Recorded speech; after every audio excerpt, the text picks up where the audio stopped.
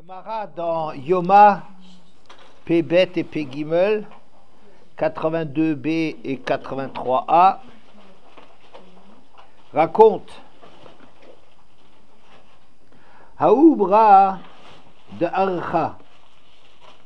C'est une femme enceinte qui avait respiré de bonnes odeurs, et il s'agit de Yom Kippour. Elle a eu comme ça une envie terrible de manger. A-t-elle le Kameh de Rabbi? Elle est venue chez Rabbi, où les gens sont venus interroger pour elle devant Rabbi Kadosh. Amar lehu zilu le chashula de Yoma de Kippourehu.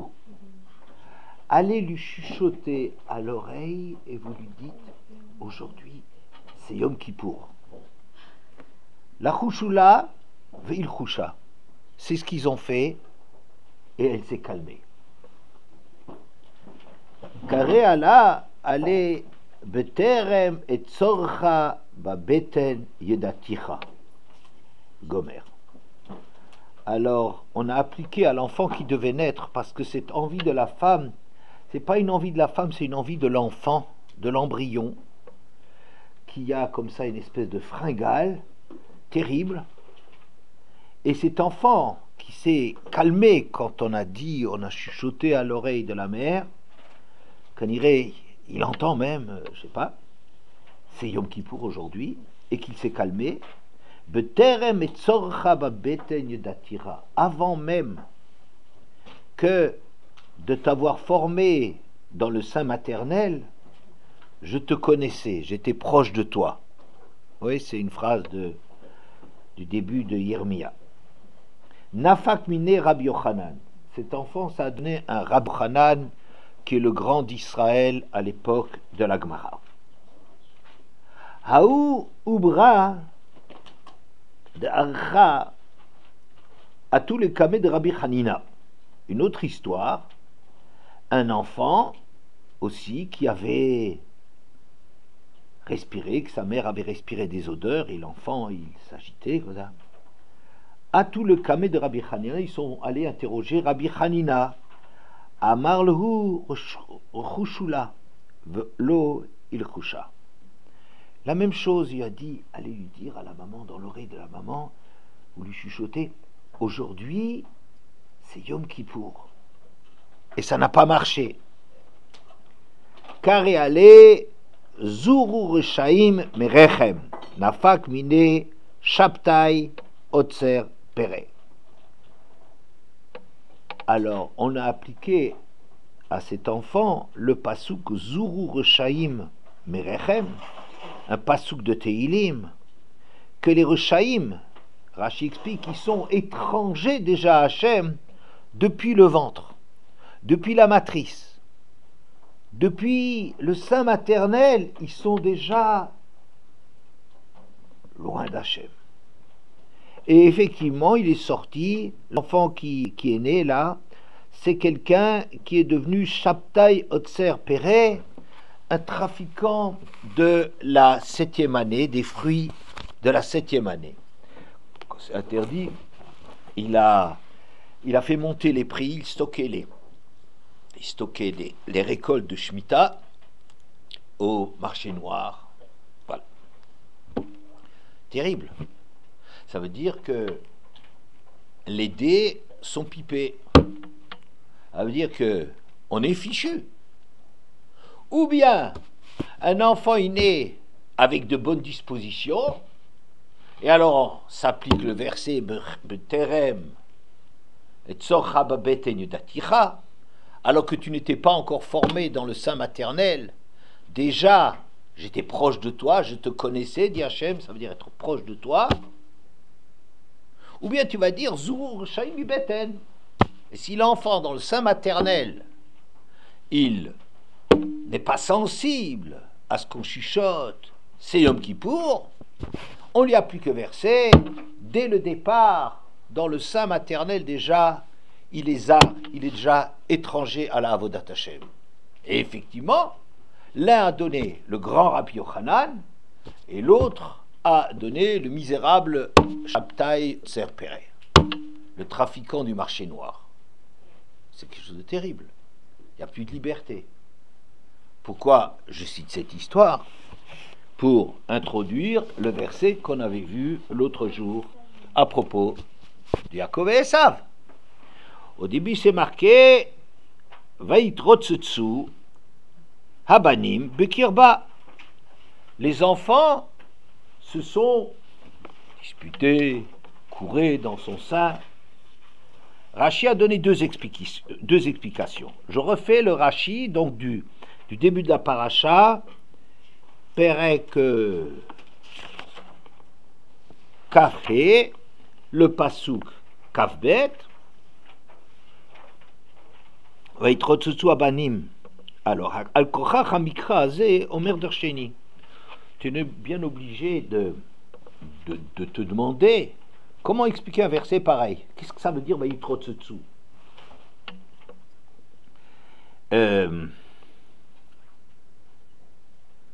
Shistam Maïr et Tzitzazu. De quoi est-ce qu'on parle ici dans ce verset? Qu'est-ce que c'est cette Tzitza?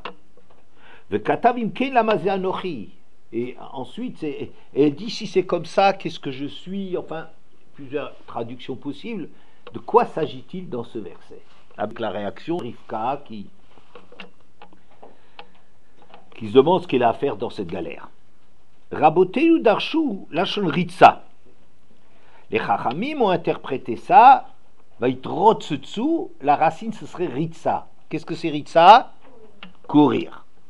Que Sheaita overet al pitre Torah, Shel Shem ve'ever, Yaakov ratzu mefarkes latzet, overet al petach avodazara, et ça mefarkes latzet. Lorsque Rivka passait devant les portes de la Torah, de Shem et Ever, Shel Shem ve'ever,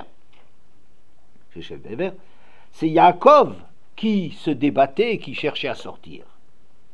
Lorsque elle passait devant des portes d'idolâtrie, c'est Esav qui se débattait pour sortir.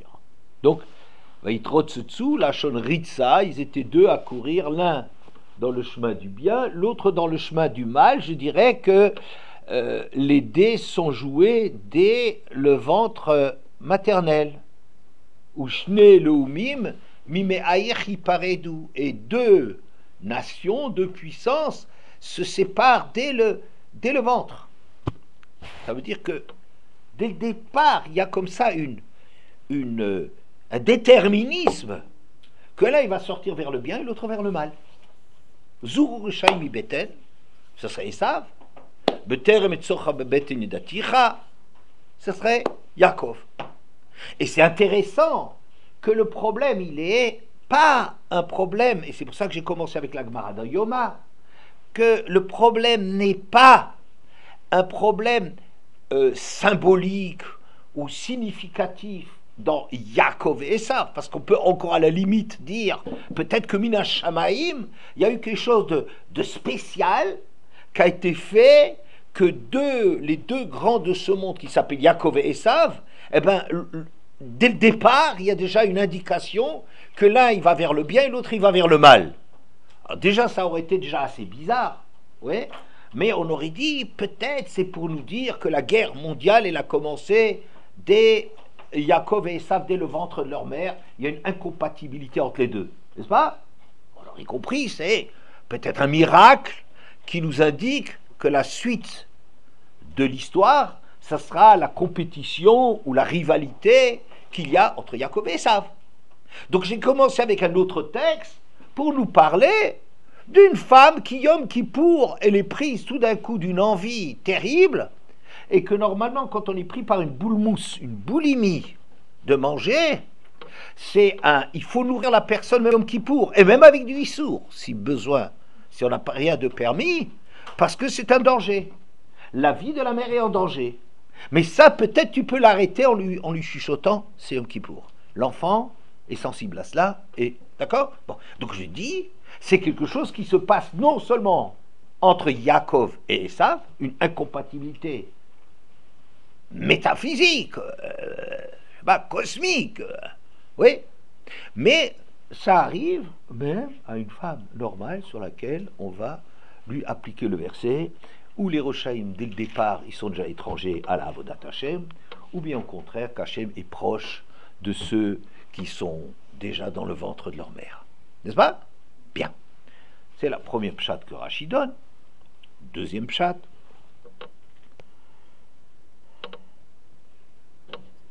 Davar acher. Autre explication. Mitrotzitzim ze imze ou merivim benachalat shne olamot. Le premier pshat, disent les commentateurs, est difficile parce que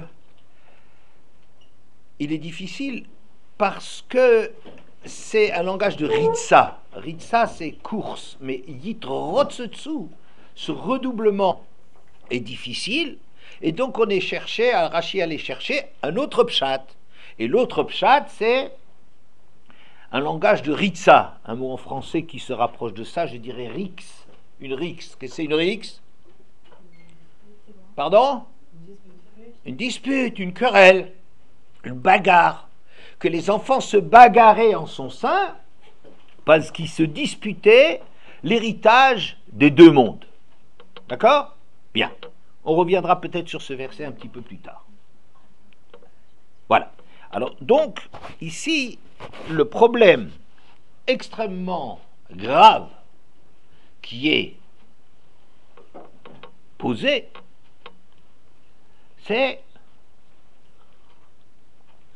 que, apparemment, le destin ne laisse pas de liberté de manœuvre. Il détermine déjà dès le départ qu'il y en a qui sont loin d'Hachem et qu'il y en a qui sont dont Hachem est proche. D'accord? Tout est joué. C'est pas tout est joué avant 18 mois. Il y avait Laurence Pernou autrefois, elle avait un livre qui s'appelait je sais pas comment, tout se joue avant 18 mois, ou le Dr Spock, enfin, une littérature qu'on donnait quand on était des jeunes parents, même avant, donc ça remonte à pas mal de temps, pour nous expliquer que c'est dans les premières années de la vie, il y a des enjeux énormes, et qu'il ne faut pas attendre qu'un enfant, il soit déjà bien adolescent, pour qu'on voit ce que ça donne. Hein, comme on voit dans Yaakov et Esav, Vayigdelu Hanaharim, lorsque les enfants grandissent, au fur et à mesure, on les voit prendre place dans ce qui sera leur monde. Là, il est Yoshev Ohalim, et l'autre, il sera Ishsade, un homme des champs, un homme qui connaît la chasse, n'est-ce pas? Alors, et plus intelligent que cela, c'est de dire, mais déjà, dans les premières années, déjà dès les premières années, dans les 18 premiers mois, c'était assez révolutionnaire, inattendu comme thèse, qu'on avait ça déjà comme thèse il y a 50, 60 ans, ou peut-être même plus, cette thèse de dire, non, il y a déjà des choses qui se jouent dans la toute prime enfance, que l'enfant, il n'est même pas encore conscient, et déjà les choses, il y a des traumatismes qui se mettent en place, il y a des addictions qui sont déjà en place, etc., et des choses comme ça, et c'est très intelligent, il n'y en a pas besoin, le temps ne fera que développer les choses, que quand les enfants vont grandir, tu verras de plus en plus clairement quelque chose, mais qui en vérité, si tu savais bien regarder, tu verrais que ça remonte à beaucoup plus haut, n'est-ce pas? Mais apparemment, le texte de la Torah est encore plus fort que cela, il va chercher encore, pas avant que l'enfant, pas une fois que l'enfant, il commence sa toute prime enfant, son âge de bébé, mais que les choses déjà dans le ventre de la mère sont jouées. Alors ça c'est quelque chose de terrible. Quoi, mais si c'est joué, alors quel est le mérite? Et qu'est-ce qu'on a à faire? Qu'est-ce qu'on a comme destin? De toute façon, Esav ne pourra donner rien d'autre que Esav. Vous comprenez? Voilà. Alors, oui. Mais l'origine aussi, on peut, c'est-à-dire quand on grandit, même si de base on était destiné à être, même si de base on était destiné à être mauvais, bah l'origine il fait pas tout. On peut changer notre destinée. Il sera qu'il était hyper pédagogique avec les femmes. Bien. Bien. Pédagogue, alors peut-être. Oui. Oui. Je sais pas s'il était pédagogue, c'est plus grave que ça. Enfin, c'est plus fort que ça. Alors, Le Maharal, c'est mon frère qui m'a renvoyé, là, il était là la semaine dernière, et il m'a montré un Maharal assez extraordinaire à ce propos. Il dit la chose suivante. Il dit, mais c'est marqué, dans noir, c'est marqué le Petach Chatat Rovetz. À la porte, la faute, ou le fauteur, ou le fautif, le Yetzer, il est tapis. Ça veut dire prêt à bondir sur la... Dès que l'enfant sort au monde. Grande discussion de la Gemara dans Sanhedrin, Sadeh Aleph, Amoudbet, 91b, grande discussion entre Antonin et Rabbi. Il se demandait à partir de quand est-ce que le Yetzer Hara était présent dans l'être humain. Rabbi disait c'est dans le ventre de sa mère. Le Yetzer Hara est déjà présent à l'origine. Ouais, dès le début.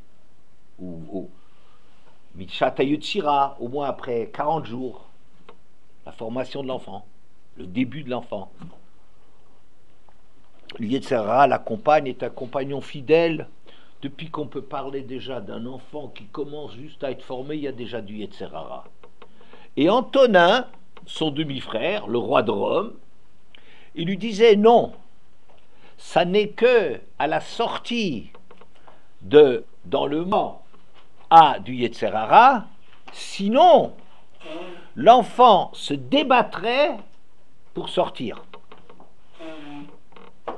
Si le Yetzer Hara était déjà donné dans le ventre de la mère, le Yetzer Hara ne permettrait pas à l'enfant de sortir parce que il ne peut pas supporter la contrainte. C'est extraordinaire ce pshat de Rav Chesed Avram, de Rav Avram Grodzinski, c'est le beau-père de Rav Wolber. Il dit la nature du Yetzer Hara, c'est de ne pas supporter la contrainte. Et même si c'est au détriment de l'homme, il ne peut pas supporter. Il serait dans le ventre de la mère. Si le Yetzer Hara était dans le ventre de la mère, il ne pourrait pas supporter d'être enfermé, d'être contraint, et il sortirait, bien que ça causerait sa mort, la mort de la mère et sa propre mort. Mais le Yetzer Hara, il ne calcule pas sa mort ou pas, il ne peut pas supporter la contrainte. C'est la nature profonde du Yetzer Hara de ne pas supporter la contrainte. C'est un vort extraordinaire. Mais je ne m'appesantis pas là-dessus, je vais avancer. Donc, Rabbeinu Antoninus, Antonin, il a dit, le Yetzer Hara, c'est pas possible ça dans le ventre de la mère, sinon il ferait une couche. Rabbi lui dit, ça, c'est une chose que j'ai appris d'Antonin. C'est lui qui a raison. Parce qu'il y a d'ailleurs un verset qui dit le Petach Chatat Rovetz. Le Chatat, celui qui amène l'enfant à trébucher, la personne à trébucher, elle l'attend à la sortie. Dès qu'il sort, voilà, c'est ça qui... Le Yetzer Hara, il lui saute dessus. Le Yetzer Hara, c'est un chidour extraordinaire entre l'être humain, le corps de l'être humain et le Yetzer Hara. Il y a un chidour extraordinaire. Il ne se quitte plus. Ok? Alors le Maharal, que mon frère m'a montré, c'était le Maharal ici, ça veut y trop de dessous. Et il demande, attends, une seconde. Tu es en train de me dire que déjà dans le ventre, il est déjà rachat, ou il est déjà tzaddik, que dès le ventre de la mère, il est sensible, qu'on lui dit attention, il y a une avéra, attention, et déjà l'enfant réagit en fonction de cela. Et par ailleurs, tu veux me dire, le Petach Chatat Rovetz, le Yetzer Hara, c'est seulement à l'extérieur qui lui saute dessus. D'accord? Alors le Maharal, il dit, il ne faut pas confondre deux choses. Je vais un tout petit peu vous lire.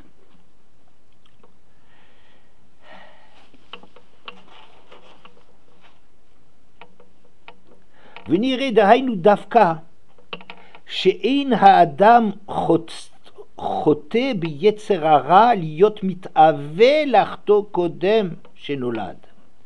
On veut dire que l'homme ne faute pas à cause de son yetzer hara en désirant fauter, par un désir de fauter, kodem shenolad, avant de naître. She'ein yetzer hara ba ela achar haleda, car le yetzer hara ne lui vient qu'après la naissance. Voilà. Il continue, etc. Ela mipne she'aya Esav rotze latzet lashuv el mino vetiv'o. Shekol davar v'davar mitorer el tiv'o. Extraordinaire, Maharal, il dit la chose suivante. Il faut distinguer deux choses. Le Yetzer Hara, ça veut dire que dans l'homme, il y a quelque chose qui aspire à prendre, qui aspire à recevoir, qui, le malote, tato, remplir ses désirs. On a envie de choses et on les veut. Ça, c'est Yetzer Hara. Il te pousse à ça. Ça, c'est une kavana qu'on a de vouloir obtenir les choses qui nous parlent, dont on a envie, avoir des envies. Dans le ventre, il n'y a pas d'envie. Il n'y a pas de Yetzer Hara. Il n'y a pas un désir qui passe par un ratson, une volonté. Mais qu'est-ce qu'il y a? Il y a un teva, il y a une nature. La nature d'un enfant peut être une bonne ou une mauvaise nature. Quand Yetzer Hara, Esav Haracha, Esav, quand il passait devant un lieu d'Avodah Zara, sa nature de Avodah Zara se réveille. Mais c'est sa nature, c'est pas un désir. Il n'y a pas de conscience, il n'y a aucune conscience, il n'y a aucune réflexion, il n'y a rien, il n'y a pas de Yetzer Hara. Mais c'est ce qu'il est, Esav. Oui, Matza min et mino veneor. L'espèce, elle retrouve la même espèce, un écho dans le monde de ça, et ça se réveille. C'est comme une chose qui te parle. Le mal, Avodah Zara, ça parle déjà dans le ventre de la mère. Ou le bien et la Gdusha, ça veut déjà dire quelque chose qui attire Yaakov comme un aimant. Un aimant, il n'y a pas de volonté, il y a une nature des choses. Il y a des choses qui sont attirées. Quand l'aimant, il rentre en contact avec quelque chose de métallique, je ne sais pas, il aspire. D'accord? C'est pas de volonté, c'est pas un yetzer. Aucune volonté. Mais c'est le teva, la nature de la personne. Et cette nature, qu'est-ce qu'elle fait? Elle les attire vers le bien ou vers le mal. C'est extraordinaire ce Maharal, mais ça ne résout pas nos problèmes. C'est-à-dire, ce Maharal, il est formidable parce qu'il dit, distingue la nature. Les gens, ils ont des dispositions. Il n'y a pas seulement des dispositions d'être intelligent ou beau, futur riche, se marier avec tel et tel, etc., etc. Tout son mazal, ces définitions qui sont données dans le ventre de la mère, Arbaim Yom Lifne Yetzira Tavlad, au moment de la conception, il est déjà déterminé quel va être l'environnement de cette personne, ça c'est le mazal, c'est-à-dire quels sont les kélim que le ciel donne à l'anshama qui est créé à ce moment-là, parce que l'anshama il est là depuis la conception, l'anshama il existe, pas l'Yetzer. Dans l'anshama, quels sont les kélim qui permettent à l'anshama de jouer son rôle? Vous voyez? Ça c'est quelque chose qui est déterminé dès le début, dès le moment de la rencontre et de la formation, la conception. D'accord? Bien. Mais ça donne une nature. Et dans la nature et dans les données, il y a aussi des données de gens qui font plus facilement le bien et d'autres qui sont plus attirés par le mal. Vous voyez? Mais ça n'a encore rien à faire avec les Yetzer Hara. Ça marche? Bien. Alors je dis, ce Maharal, il est extraordinaire. Mais il ne résout en rien le problème qui est qu'il y a une injustice extraordinaire. Puisqu'il y a des gens qui ont des dispositions pour faire le bien, et il y a des gens qui ont des dispositions pour rechercher le mal. Puisque même comme un aimant dans le ventre de la mer, déjà, Esav, il est déjà, ou ce Shabtai, ce gars-là, déjà, ce trafiquant de trucs, il est déjà contre le Ratson d'Hachem dans le ventre de sa mère. Et Yochanan, Rabbi Yochanan, il est déjà un Rabbi Yochanan avant sa naissance. Alors tout est joué avant, tout est joué au départ. Quelle est la liberté?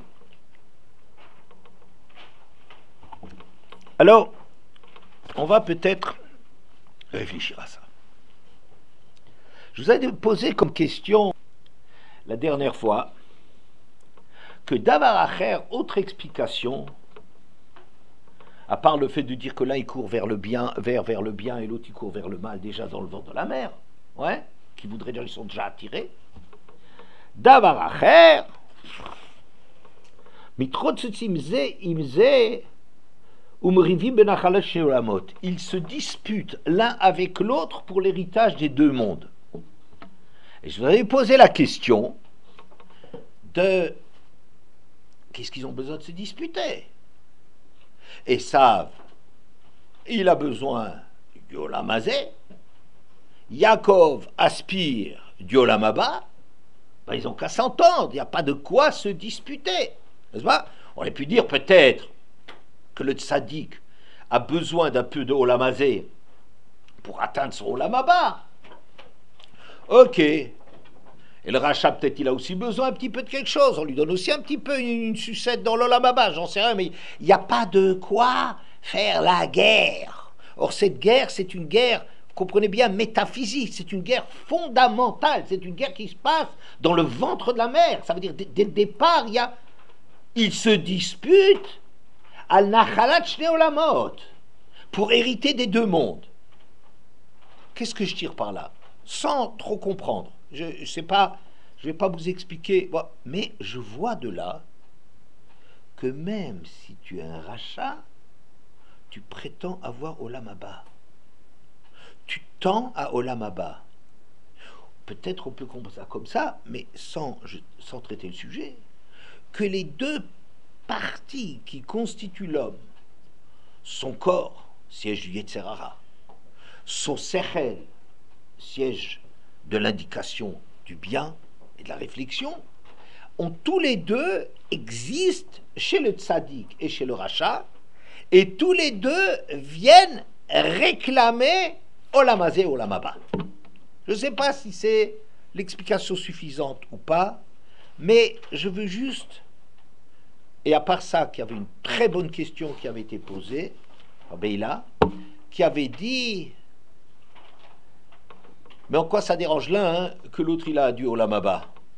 On espère bien ici tous, on espère que dans la mesure du possible, on aura tous Olam Haba. On n'a pas l'impression que parce que moi j'ai du Olam Haba, ça dérange quelqu'un d'autre d'avoir son Olam Haba à lui. Ten chelkenu b'toratecha, donne notre part là où ça nous concerne. Je ne demande pas la part de quelqu'un d'autre dans sa Torah. Ah, il va prendre une part dans la Torah, c'est son problème à lui. C'est sa Torah à lui qui va régler, c'est pas la mienne, et la mienne ne le dérange pas. Pourquoi ici, dans cette dispute de Yaakov et d'Esav, pourquoi dans cette dispute, il y aurait quelque chose d'une incompatibilité? Ça, c'est un gros problème, c'est quelque chose qui mérite réflexion, c'est pas mon problème non plus. Mais ce que je vois, c'est que le rachat, il a une prétention aussi au Olam Haba.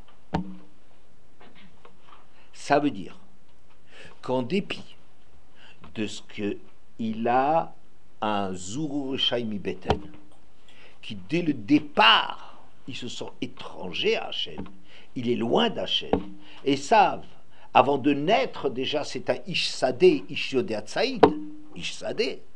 C'est un homme qui connaît les ruses, la stratégie, la politique, un homme de l'extérieur, alors que Yaakov est un homme de l'intérieur et qui aspire au bien, à la tfila, à l'étude.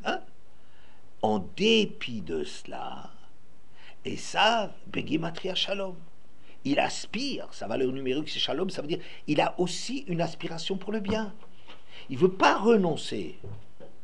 Il a une aspiration. Le rachat, c'est pas que le rachat veut dire je m'en contrefiche complètement. Maintenant, on est dans un monde dans lequel, avec tout ce que les médias nous assènent à longueur de temps, on finit par croire qu'Hachem n'existe pas, que l'Olam Haba ça n'existe pas, que le jugement n'existe pas, parce que des choses qui dérangeraient tellement les gens qu'il vaut mieux faire une pub, un bourrage de crâne à longueur de temps, de nous matraquer d'idées, Dieu n'existe pas, parce que s'il existait, je ne sais pas trop quoi, et ceci et cela. On est produit d'un matraquage tellement grand. Vous voyez bien avec le Covid, qu'est-ce qu'on nous raconte, des mensonges et des trucs et des machins, et des falsifications de statistiques, peu importe, il y a un travail de sape, parce que, mais alors pour quelque chose d'aussi grave, que est-ce qu'on doit rendre un jugement, rendre des comptes sur son comportement? Vous imaginez bien que ça c'est inaudible, parce qu'on veut être frei, on veut être libre, on veut faire ce qu'on veut. Alors surtout ne nous parlez pas de Dieu. Alors, qu'est-ce que Dieu a fait à Auschwitz? On n'a pas besoin de réfléchir, ça prouve qu'il n'existe pas, ou qu'il est méchant, ou je ne sais pas trop quoi. Shalom à l'Israël et on fait ce qu'on veut. Hein? Bon, mais c'est pas comme ça. Mais le rachat, sans le bourrage de crâne auquel on est soumis à longueur de temps, le rachat aussi aspire au Olam Haba. Donc il y a quelque chose dans le rachat, puisqu'ils se disputent. Ils n'arrivent pas à s'entendre. Ils ne se disent pas, écoute, toi tu prends l'essentiel du Olam Haba, moi je prends l'essentiel du Olam Hazé, et on est shalom à l'Israël, et tout le monde est content. Ils ne disent pas ça. Tout le monde veut tout. Le corps de chacun aspire au Olam Hazé, la neshama ou le sechel de chacun aspire au Olam Haba. Et c'est une réalité. Donc, il y a ici un moteur qui peut aider le rachat, même s'il s'agit d'Esav, à avoir comme ça un intérêt, à avoir quelque chose qui le pousse à travailler du côté du bien. Vous voyez? Ça veut dire, il y a une liberté, qui existe quand même, que même chez Esav, il y a des choses qui le poussent à, par exemple, Esav, il veut plaire à son père. Il prend son père comme un modèle. Alors même s'il fait les choses à la manière d'Esav, il dit, mon père, il s'est marié à 40 ans, moi aussi je me marie à 40 ans. Ouais. Ce que ça voulait dire dans le monde d'Yitzhak de se marier à 40 ans, et ce que ça voulait dire chez Esav, c'est deux choses qui sont très différentes. Esav, il veut tromper son père, plaire à son père. Même si tu peux te dire, est-ce que c'est une façon de faire plaisir à son père que de trafiquer les notes du carnet de notes? Est-ce qu'on va dire, ah ça je fais vraiment Kiboud Avahem, vraiment je vais faire vraiment le Kiboud Avahem en trafiquant les notes de mon carnet, ah, ça lui fera plaisir à papa? Oui, bon, mais Esav, il y a quelque chose qui le... Ou quand il sent que le père a donné les brachot à Yaakov, il en pleure, et c'est une raison de haïr Yaakov jusqu'au bout, d'avoir le sentiment d'avoir été expulsé du monde du tzaddik. Ça veut dire que même si, c'est peut-être pas parce que Yitzhak est un tzaddik, je ne sais pas, moi je dirais, il a quand même un critère du bien. Il vise à faire des choses qui, dans son monde, à lui, c'est rechercher quand même des choses. C'est quand même recherché. C'est un être humain, c'est pas un robot. Une fois dans sa vie, quand il verra toutes les courbettes de Yaakov, il l'embrassera, d'après certains, avec sincérité. Il a certaines choses. Il ne faut pas que ça lui coûte quelque chose. Hein? Yeshli kol, Achi. Quand Yaakov il veut lui donner des choses, il dit, j'ai tout ce qu'il me faut, mon frère. C'est la seule fois où il appelle son frère. Pourquoi? Parce qu'il est tellement repu, il a déjà mangé plus que ce qu'il ne peut, il est déjà tellement rassasié, mais il appelle mon frère. Vous voyez, quand est-ce que ça s'est... Il y a des moments dans lesquels il a des sentiments humains. Le rachat n'est pas quelqu'un qui n'a pas de liberté. Mais ça ne suffit pas. Pourquoi? Parce que je vais dire, ok, il est encore un être humain. Ok, il veut aller au Olam Haba. Mais puisque chez lui, c'est tellement difficile de suivre son Yetzeratov, et quand tout va bien qu'il se réveille, et de dire que c'est mon frère, n'est-ce pas? Puisque c'est comme ça, je veux dire quand même, les dés sont largement pipés. Vous y êtes? Bien. Je continue. Jusqu'à là, ça va? Donc le problème, il est clair. Il y a une nature, comme toutes les données qu'on a, il y a aussi une nature de la proportion de, ou la propension, la tension vers le bien, ou la tension ou l'attrait vers le mal. En plus, que même s'il y a une certaine liberté, mais elle est très réduite. Hein? Bien. Alors,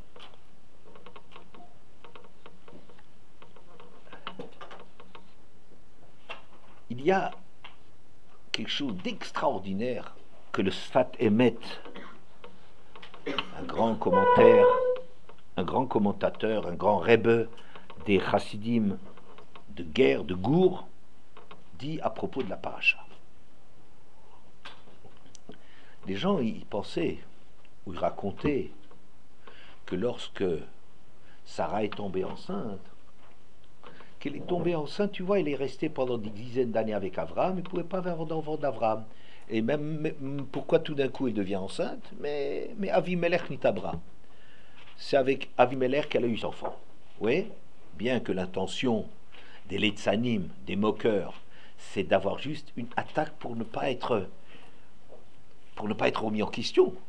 Parce que si, après toutes ces années, Abraham et Sarah ont un enfant, ça veut dire qu'Hachem, il ne les a pas lâchés. Que le fait qu'elle n'était pas enceinte pendant toutes ces années ne signifie pas qu'Hachem a laissé tomber la descendance du tzaddik. Ça remet trop de choses en question. Donc les Litzanim, c'est comme ce qu'on dit un bouclier qui est enduit de graisse. À l'époque, quand ils tiraient des flèches, alors pour que les flèches, elles ne percent pas, ils mettaient une grande couche de graisse sur les boucliers, et comme ça, quand la flèche, elle arrive, elle est déviée. Vous voyez? Et ça, c'est la Letzanout. La Letzanout, c'est une espèce de façon de repousser les choses, surtout qu'elles ne nous atteignent pas. Bien. Qu'est-ce qu'Hachem il a fait? Avraham au lit de Yitzhak. Et les toldot Yitzhak ben Avraham, l'histoire d'Yitzhak ben Avraham, c'est Avraham au lit de Yitzhak. Avraham a enfanté Yitzhak. Qu'est-ce que ça veut dire? Que tout le monde disait, ah, c'est Avraham. Il ressemble tellement à Avraham que c'est incontestablement Avraham le père. D'accord? Bon, vous connaissez tout ça. On peut lire ça comme ça. Mais le Sfat Emet, il dit quelque chose d'extraordinaire. Il dit que quand Yitzhak est devenu puissant, c'est marqué Vayigdal Aish, c'est dans le Perek Kaf Vav, le Pasuk Yud Gimel, Vayigdal Aish, Vayelech, Haloch Vegadel, Ad Ki Gadal Meod. Et l'homme, Yitzhak, est allé en devenant de plus en plus grand, au point qu'il a Gadal Meod, qu'il est devenu extrêmement grand. Regardez que Yitzhak était beaucoup plus riche qu'Avraham Avinu. Pour Avraham, c'était marqué Kaved, Meod, Bamikne, Bakeseh, Bahazav. Quand il est parti avec Lot, il était très lourd de troupeaux. Il en avait des possessions. Mais Yitzhak, ça semble être une dimension supérieure. Oh, l'herbe Gadel, il va, il accumule. Aki Gadal Meod. Oui. Et là où intervient le génie du Sfat Emet, c'est nous faire remarquer que comment est-ce qu'on a parlé d'Yitzhak dans la Torah? On n'a pas seulement dit qu'il était beaucoup plus riche qu'Avraham, mais on a dit bizarrement Gadol, Vayigdal, Vayelrish Vayigdal, Adki Gadal Meod. Or, la Mida, le comportement de Yitzhak, c'est plutôt Gibor, quand vous dites dans la Hamida. À quel Hagadol, Abraham. Hagibor, Yitzhak. Hanora, Yaakov. D'accord? Chacun avait une perception très particulière d'Hachem. Et bizarrement, Yitzhak, il s'appelait Gadol. Ça ne devrait pas être. On devrait dire Vayigbaraïch, quelque chose qui montrait la puissance, parce que chez Yitzhak, a priori, on va dire, c'est la force intérieure qu'il a, la maîtrise de lui. Vous voyez? Kovesh et Yitzro, cette force intérieure, cette maîtrise de lui-même, ça c'est Yitzhak. Abraham, il est gadol. De là, on voit quelque chose que souligne le Sfat Emet, que Yitzhak, en vérité, il est le continuateur de la Mida de Abraham, mais au carré. C'est Tzadik ben Tzadik. C'est-à-dire, Abraham Avinu, il a montré dans le monde un chidouche exceptionnel, extraordinaire, qu'il y avait un Dieu sur terre. Qu'un Dieu, celui qui a créé le monde, veut le bien de l'homme. Et quand l'homme fait le bien, Hachem est à son côté. Et alors on voit la présence d'Hachem dans le monde par des victoires incroyables d'Avraham Avinu, par le fait que à des âges incroyables, il peut encore avoir des enfants. Tout ce que vous voulez, Avraham Avinu, c'est Nessi Elokim Atam Betochenu, tu es un représentant d'Hachem parmi nous. Tellement Avraham et Sarah sont considérés comme on montre le chesed, la preuve du chesed d'Hachem qui a construit le monde, le regard de reconnaissance d'Avraham Avinu, ça s'est traduit dans que le chesed d'Hachem accompagne Avraham. D'accord? Qu'est-ce que Yitzhak peut faire de plus que cela? Je vais vous dire ce que Yitzhak fait de plus. Hein? Pardon? On avait dit qu'il était plus rigoureux, plus... Oui, c'est vrai, mais seulement le problème, il est qu'ici, on te le qualifie de gadol, à Kigdal. Kigadal mode. Ça veut dire quelque chose qu'on ne s'attendrait pas. On attendrait un terme de rigueur, gibor, ou quelque chose de ce genre-là. Et le terme qu'on voit, c'est gadol qui est du chesed. Parce que peut-être il a réussi pas à surpasser son père, mais à s'élever malgré le fait qu'il est tel père. Mais encore, gadol, c'est pas la mida de gadol. Ça veut dire, non, c'est la mida d'arriver à se réfréner, à se maîtriser, à faire akedat Yitzhak. C'est au contraire de dominer toutes ses pulsions, etc. On voit chez Yitzhak, on aurait dû avoir un autre terme. Je ne dis pas quel est le mérite d'Yitzhak, il est très grand, mais je dis qu'on n'aurait pas attendu que ça soit dans le même domaine qu'Avraham. Alors je vais vous dire, il y a eu dès le début de l'histoire du monde une compétition entre Caïn et Hevel. Caïn, il dit, qu'est-ce qu'il a offert à Hachem? Quelqu'un sait? La laine. Hein, vous trompez pas, je parle de Caïn. Du lin. Pas exactement. Zera Pishtan. Des grains de lin. Ok? Oui, je chipote. Ok, d'accord, je suis d'accord. Bon. Et Hevel, qu'est-ce qu'il offrait? De la laine. Des grains de laine. Des graines de laine. Vous aussi, vous avez un grain. Des graines de laine. Allons, hein? Pas des fibres. Des fils. Pas du tout. La laine, c'est des mibrorot beno mechel behen, c'est des touffes. La laine, c'est inextricable. C'est des gros trucs qu'on arrache, quoi. C'est des paquets de. Ouais. Bon, c'est en vérité une compétition qu'il y a entre Caïn et Hevel sur la meilleure façon de servir Hachem. Parce que la question que je pose, elle est la suivante. Qui est-ce qui a pris l'initiative d'apporter un cadeau à Hachem? Caïn. Alors vous me dites, si déjà il prend l'initiative d'offrir à Hachem quelque chose, au moins qu'il offre quelque chose de super bien. Parce que si c'est pour lui donner des grains de lin, il valait mieux qu'il se taise et qu'il ne fasse rien. Vous comprenez? Si déjà tu prends l'initiative, tu es le premier, tu veux faire plaisir à Hachem, alors pourquoi tu offres des cochonneries? Donne quelque chose de super, n'est-ce pas? Vous voyez bien que Hevel, il a donné d'abord c'est des êtres vivants, et ce n'est pas des plantes, et des brorot, les premiers-nés, c'est les meilleurs, ou Mechelben, les choses les plus grasses chez les aînés, des troupeaux, des êtres. Hevel, il offre le mieux du mieux du mieux. C'est vrai qu'il n'a pas pris l'initiative, mais c'est le mieux du mieux du mieux. Et Caïn, la cochonnerie, mais alors reste toi. Tu veux indisposer. C'est comme si tu vas faire un cadeau au roi qui t'a rien demandé et tu vas lui donner une poubelle. Oh, Est-ce que Caïn était fou, suicidaire? Pas du tout. Pas du tout. Caïn, il pense que servir Hachem, que la meilleure avoda, c'est de montrer que Kol Ma'ashe Bara Kadosh Baruch Hu B'olamo, que tout ce qu'Hachem il a mis dans son monde, c'est quelque chose dans lequel tu vois la grandeur d'Hachem. C'est facile de voir la grandeur d'Hachem dans les êtres vivants.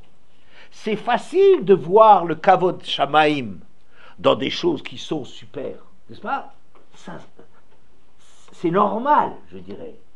Mais il y a une avoda beaucoup plus intéressante que dans les choses qui sont mauvaises et loin et négatives, de voir que dans les choses qui a priori sont loin d'Hachem, que ces choses-là, elles ont un sens dans la bria, c'est beaucoup plus du kavod d'Hachem. Quand David Amelech il se demandait à quoi ça sert les mouches et les araignées, ces bêtes gluantes, pénibles et insupportables, oui. Le jour où il était dans la caverne et qu'il était caché dans la grotte et que Shaoul, le roi, le poursuivait et qu'il y a eu une grande toile d'araignée qui a pris une mouche là-dedans qui était là, ce qui a fait que quand Shaoul est arrivé pour traquer David, il a dit c'est pas possible qu'il rentre là-dedans puisqu'il y a une toile d'araignée là-dedans et qu'il a déjà eu le temps d'attraper une mouche, et avec une grande toile d'araignée il n'a jamais eu le temps. Que ça, ces choses que tu crois qui sont en trop dans la bria, que ça sert, que ça a du sens, ça c'est un kavod shamaim qui est très grand. Vous comprenez? C'est de montrer que quelque chose de magnifique, que tout le monde dit bravo, de dire qu'Hachem il a créé quelque chose, un cheval magnifique, qui a des muscles, qui est musculeux, qui est fort, qui est rapide, ou qui peut supporter une charge, de dire que ça c'est quelque chose de beau, n'importe qui peut le faire. Il faut juste dire que ça appartient, que c'est la bria d'Akadosh Baruch Hu, rattacher ça à Akadosh Baruch Hu. Mais en soi, c'est pas extraordinaire. Mais qu'une saleté comme une souris, ou un crapaud, ou un serpent, que des choses pareilles, elles servent, ça montre beaucoup plus de kavod d'Hachem. Donc, ce qu'il y avait entre Caïn et Esav, c'est une compétition de quelle est la avodat Hachem. Est-ce que la avodat Hachem, il faut faire le mieux, du mieux, du mieux, faire grandir les œuvres d'Hachem de l'homme jusqu'à ce que dire, regardez ce qu'on arrive à faire dans le monde d'Hachem, de magnifique, la écoute, la manière, la beauté, la forme, ou bien la kamout, la quantité, ou les choses qui sont loin, les choses qui semblent nier Hachem, sont des choses que quand tu vois qu'elles ont du sens, ça montre beaucoup plus le kavod d'Hachem. Et c'est pour cela qu'Hachem, quand Hachem il a puni Caïn, enfin non, quand il ne s'est pas penché du côté Caïn, il lui a dit quelque chose. Yeter sehet, imtetiv sehet. Il lui a dit, si tu t'améliores, sehet, tu porteras plus. Sehet, ça veut dire quelle est la charge que tu as. Il lui a dit, tu sais, Hachem, il n'a pas rejeté le plan de Caïn. Il lui a simplement dit, si tu arrives encore à te renforcer là-dedans, ça exige beaucoup plus d'efforts. Ce que toi tu veux faire, ça exige beaucoup plus d'efforts. Mais si tu fais cet effort, tu aurais plus de charge, tu auras plus de grandeur si tu réussis que ce que Hevel y fait. Pour le moment, Hevel, ce qu'il fait, c'est plus facile. C'est pour ça que le Kvod Shamaim, il est plus grand dans Hevel. Mais si toi, Caïn, tu imtétives, tu t'améliores et tu fais dans le sens du bien et tu t'investis, ton projet, ton objectif, il est grandiose. Tu seras plus grand que l'autre. Vous entendez? Il y a plus de kavod shamaim quand on montre que toutes les choses, même négatives, sont des choses qui sont extraordinairement justifiées. Le kavod shamaim est beaucoup plus grand. Vous entendez cela? C'est une phrase essentielle pour comprendre que Yitzhak, il veut lui montrer qu'il y a du kavod shamaim, pas dans les choses positives. Ça, c'est Avraham Avinu qui est le recordman du monde de cela. Avraham Avinu, il a montré que le monde entier est proche d'Hachem. Qu'Hachem, il est présent du travail. Il a montré tout le bien qu'on peut avoir, mitzvat assez. Il a montré tout ce qui est extraordinaire de la présence d'Hachem. Mais Mais Caïn, ce qu'il a fait, Esav, ce qu'il a fait, Yitzhak, ouais, ce qu'il a fait, c'est qu'il a voulu montrer que même dans les choses qui sont contestées, il a une vie beaucoup plus contestée qu'Abraham. Et c'est normal, parce qu'il dit des choses beaucoup plus contestables, des choses beaucoup plus difficiles à digérer que qu'est-ce qu'il a voulu, Yitzhak? Il a voulu montrer que dans toutes les choses de la Bria, il y avait un nitzotz de Kedusha, il y avait de la grandeur, il y avait quelque chose de positif. Ça, c'est l'ambition de Yitzhak. Ça veut dire quoi? Ça veut dire que Yitzhak, il n'est pas d'une mida contraire à Avram, comme on a l'habitude de le dire, que c'est aussi certainement vrai qu'Avram c'est le chesed et que Yitzhak c'est la gvoura. Mais il y a autre chose, tout à fait autre chose qui se passe. C'est que Avraham, il a montré le chesed Hachem là où ça se voyait. Hachem, il voulait montrer au monde, vous voyez, ce monde, c'est une bira doleket, c'est un monde merveilleux. Regardez le monde, regardez et admirez. Et il y a une shama, et il y a un regard. Regardez comme c'est beau, regardez comme c'est magnifique, regardez comme ça montre une dimension du Boré Olam extraordinaire. Avraham était champion du monde là-dessus. Mais ça, c'est un chesed sur le mitzvot, c'est sur les choses positives. Yitzhak, son projet, c'est de montrer que dans les choses négatives, dans les choses difficiles à admettre, il y a un kvod shamaim. Et ce kvod shamaim, c'est du chesed d'Hachem. Le chesed d'Hachem, tu sais jusqu'où ça va? Que le zerapishtan, c'est un truc extraordinaire. Que dans dans un grain de sable, il y a du nitzot, il y a quelque chose qui se passe, il y a un enjeu. C'est extraordinaire de montrer une chose pareille. Ça, c'est le chesed d'Hachem, va beaucoup plus loin. La démonstration du chesed d'Hachem par Yitzhak est beaucoup plus difficile que pour Abraham, et c'est pour ça qu'Yitzhak était beaucoup plus incompris. Ça a mis très longtemps qu'il soit reconnu, il a été beaucoup plus rejeté qu'Abraham, oui, mais le projet, ça va de pair avec ce que le projet de Yitzhak, il faisait jaillir des sources là où son père, il n'arrivait pas. Beaucoup plus, aller beaucoup plus loin, mais je ne vais pas rentrer dans le détail, beaucoup plus. Donc, cet homme de Yitzhak, qu'est-ce que ça veut dire? Akigdal, sa dimension à lui, elle était grande, mais comme Avraham Avinu, c'est dans le même domaine. Seulement Avraham Avinu, il montrait qu'il y a le chesed d'Hachem dans les choses où on voit la beauté. Il dit, vous voyez la beauté, qui a créé la beauté? Qui a créé l'infini? Qui a créé l'harmonie? Qui a créé le soleil? Beaucoup.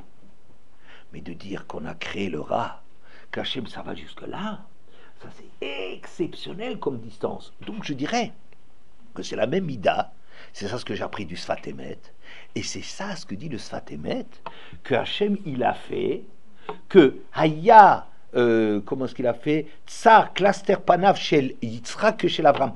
Il a fait que Yitzhak il dominait Avram. Alors on cesse de ces histoires-là, vous comprenez. Ah, il ressemblait tellement à son père que les gens ils disaient oui, c'est pas Avimelech qui est le père, mais c'est Avram qui est le père. Oui, c'est gentil de le dire ça, oui, mais ça va pas très haut. Mais le Sfat Emet, il dit, on a vu quand on a eu Yitzhak, que Yitzhak était le continuateur de son père. Et il a la même mida. Et je dis, Akigdal Me'od. Et Me'od, vous savez, peut-être le Me'od, ça renvoie à un midrash qui dit que quand Hachem, il a créé le monde, il a dit, il a vu tout ce qu'il avait créé. Ve'inetov. Ensuite, Ve'inetov. Vayar Elokim et kol asher asa. Ve'inetov. Me'od. On voit tout ce qu'Hachem il a créé. Mais dans ce qu'Hachem il a créé, c'était Tov Me'od. Alors le Midrash, il va lui dire, vous savez que c'est Me'od? Écoutez ça. C'est la mort. C'est la nuit, c'est le Gehinam, c'est Yetzerara, que des choses négatives. Le Me'od, c'est-à-dire la dimension au carré de la beauté du monde, c'est pas seulement la dimension du monde telle qu'on l'a vue clairement dans les jours de la création, qu'Hachem dit, Vayer Elokim Kitov, Hachem il a vu que c'était bon. Toute la création, Hachem a vu que c'était bon. D'accord? Ça, c'est les choses qu'Avraham Avinu, il travaille. Mais Yitzhak, il a travaillé sur le Me'od. Ça veut dire sur les choses qui sont beaucoup plus compliquées à saisir. Pourquoi l'Yetzerara, c'est bon? Pourquoi la nuit, c'est bien? Pourquoi la mort, c'est positif? Pourquoi le Gehinam est nécessaire? Ça, c'est beaucoup plus compliqué. Et Yitzhak, il a travaillé avec Kigdal Me'od, il a été grand dans le Me'od. Vous voyez? D'après ça, je dis qu'il est nécessaire que Yitzhak, il aime Esav. C'est pas un accident. Non, on croit que Yitzhak, il aimait Esav parce que parce qu'Esav, il l'a acheté, il lui donne à manger, et alors Yitzhak, sauf c'est quand même un être humain, alors comme c'est un être humain, il se laisse acheter, il s'est laissé corrompre par Esav, qui tsaïd befif, parce qu'il mangeait le produit. C'est pas ça ce que ça veut dire. Mais enfin, bon, j'ai d'autres cours là-dessus, mais je dirais ici que pourquoi il est du côté d'Esav? Parce que la mida de Esav, de Ish Yodea Tzaïd Issadeh, un homme loin de la Torah, c'est ça la avoda d'Yitzhak, c'est ça la grandeur de Yitzhak.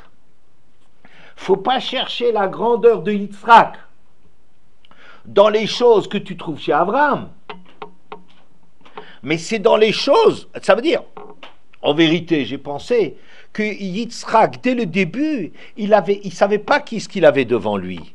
Mais il n'a pas donné la bracha d'Avraham Avinu, il l'avait réservé pour Yaakov. Quand Yaakov va partir chez Lavan, il lui donne la bracha d'Avraham. C'est-à-dire, il n'avait jamais eu l'intention de donner de bracha d'Avraham à Esav, qui croyait qu'il était en train de bénir Esav. Mais ça veut dire quoi? Ça veut dire que Yaakov, qui est un homme, un homme bien, un homme impeccable, un homme tout ce que tu veux, un homme du limoud, un homme de la tfila, un bon juif, un tzaddik, oui, il voulait toujours lui donner la bracha d'Avraham. Parce que la bracha d'Avraham, c'est une bracha qui colle avec le bien. Mais le chidouche ici, c'est Esav. Il croit que Esav, qui est un homme qui lui ramène des choses de l'extérieur, qui lui ramène du zerapishtan, qui lui ramène des choses qui sont... Que cela, à travers ça, rapprochait ça. Il croyait que... Son erreur, c'est de croire que Esav était quelqu'un qui voulait aller vers le bien. D'accord? Là, c'est l'erreur. Là, il s'est fait. Mais cette avoda de Yitzhak, c'est une avoda extraordinaire. Oui, c'est Yitzhak, il a une avoda dans Pnimiyut, dans la Pnimiyut d'Avraham. C'est la Pnimiyut du Chesed, ça va chercher jusqu'à le Me'od. N'est-ce pas? Bon.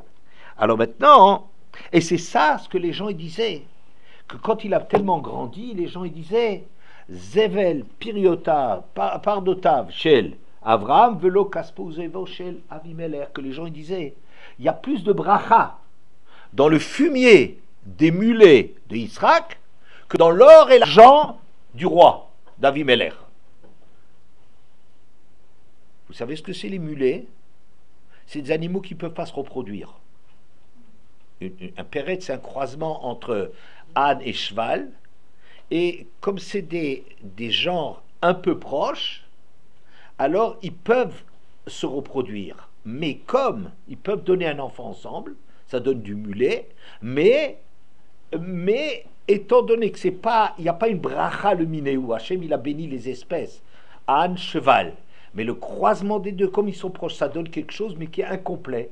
Le péret, il ne peut pas se reproduire. Alors écoutez ça, les gens, ils ont fini par voir quelque chose d'incroyable, que le fumier c'est les déchets, n'est-ce pas? Des mulets, qui sont des animaux, qui sont du déchet, qui se reproduisent pas. Il a plus de bracha que le kesef zahav, que l'or et l'argent, qui sont des trucs reconnus, admis partout, du roi. Ça veut dire ils ont tellement vu la bracha d'Hachem du côté d'Yitzhak, que les gens ils préfèrent des choses, quand c'est Yitzhak qui a à faire avec ça, les choses négatives, ils ont beaucoup plus de bracha que les choses qui a priori sur lesquelles tout le monde saute, l'or et l'argent du roi. Vous voyez? Bien. Je vais juste terminer. Parce que le problème qu'on a posé au départ, et qu'il ne faut pas oublier, c'est que les dés sont pipés. J'appelle ça comme ça, c'est-à-dire que le jeu, il est pas fair. C'est pas fair play. Oui, c'est-à-dire, il y a des gens, ils sont mal fichus, ils sont mal barrés. Les gens qui, dès le ventre de la mer, ils cherchent le mal.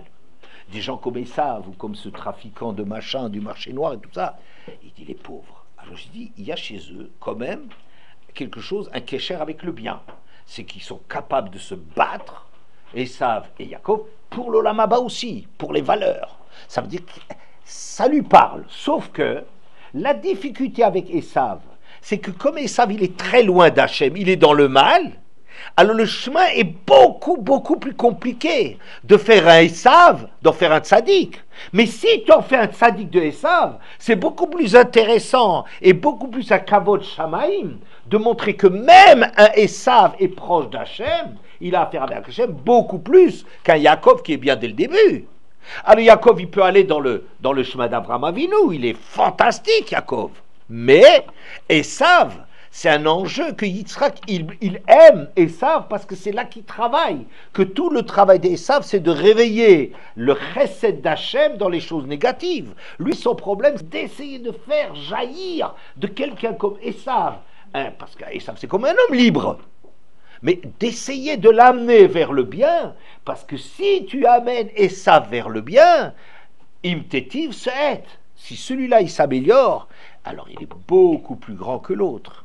Et pour terminer, je voudrais dire, il y a dans la Torah un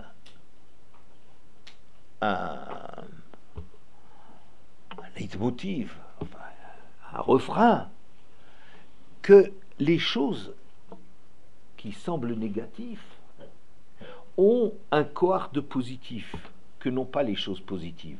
Vous entendez, je redis cette phrase. Les choses qui semblent négatives ont un cohort, j'aurais même pu répéter ma phrase, mais elle était bien, vous voyez, ils ont un cohort d'être beaucoup plus positifs que les choses apparemment positives.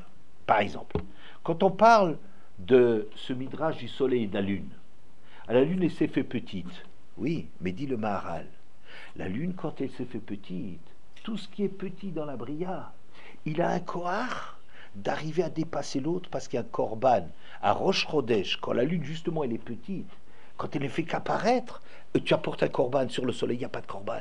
Le soleil est là, il est grand, il sert Hachem.